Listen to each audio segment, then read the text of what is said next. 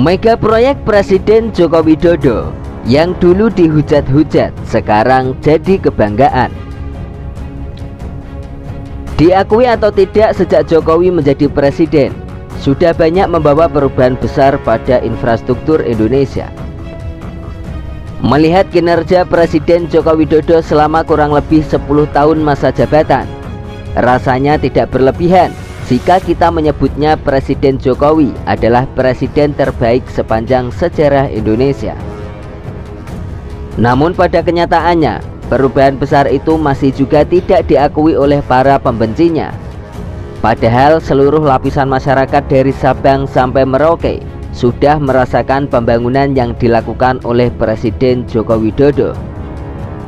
Selama ini Presiden Jokowi gencar melakukan pembangunan meskipun dikritik oleh banyak pihak. Tidak hanya dari oposisi, tetapi bawahannya pun juga berkata demikian. Mulai dari jalan tol yang dianggap tidak mendukung rakyat kecil, hingga pada perubahan fungsi lahan pertanian menjadi gedung. Bahkan Prabowo Subianto, mantan rival dan juga selaku Menteri Pertahanan, yang pernah menyindir Presiden Joko Widodo bahwa besi, semen dan beton tidak bisa dimakan oleh rakyat. Tetapi penilaian mereka pun salah. Nyatanya selama Presiden Jokowi menjabat, pembangunan infrastruktur Indonesia semakin membaik.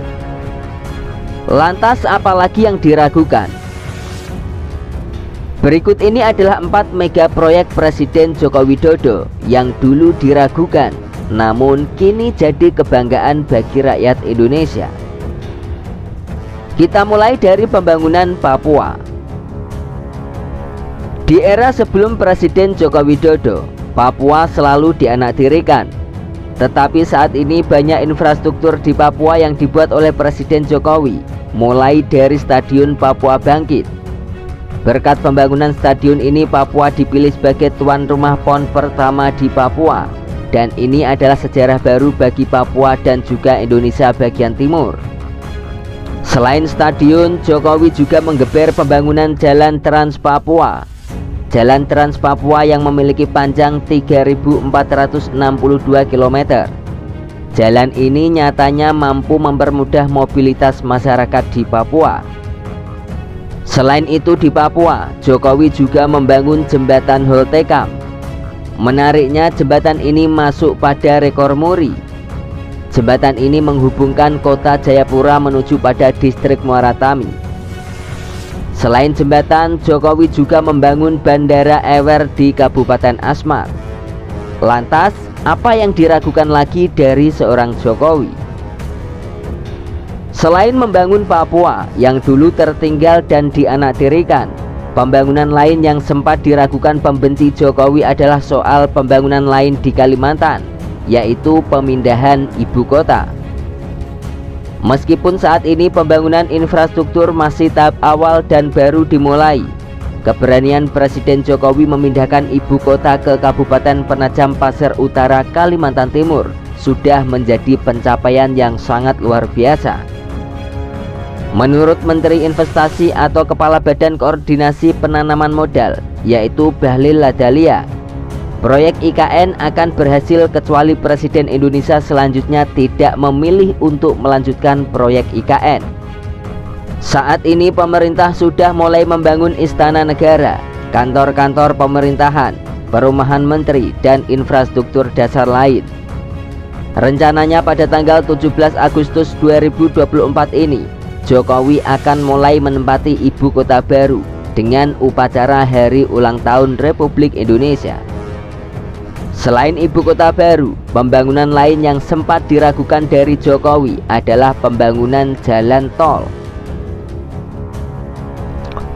Pada tahun 2018, kader Gerindra Rachel Maryam sempat mengomentari infrastruktur pada era Presiden Jokowi ini, salah satunya pembangunan jalan tol.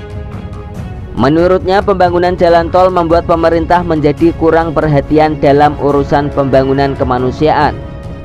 Selang 5 tahun kemudian, Presiden Jokowi membuktikan dengan sudah terbangunnya 1.848 km jalan tol. Dibandingkan dengan kepemimpinan presiden sebelumnya, selama kurun waktu 40 tahun yang hanya bisa membangun jalan 780 km jalan tol. Era Presiden Jokowi pembangunan jalan tol tidak hanya di Pulau Jawa, tapi juga menyebar ke Pulau Sumatera, Kalimantan hingga Sulawesi.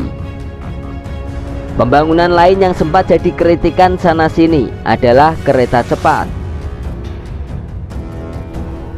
Pada tahun 2016, KCJB ini dianggap tidak penting karena jalur Jakarta-Bandung yang dekat dan banyaknya moda transportasi yang bisa digunakan.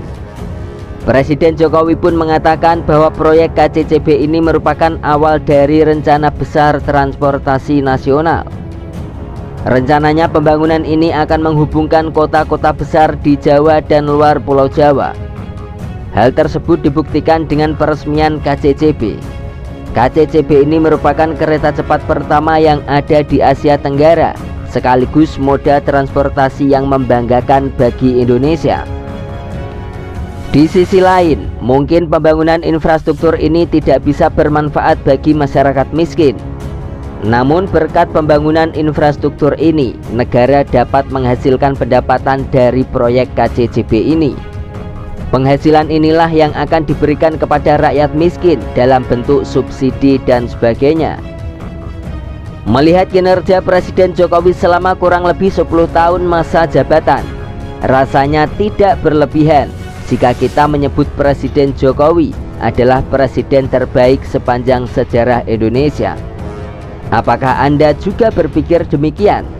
Silakan berikan tanggapan Anda pada kolom komentar.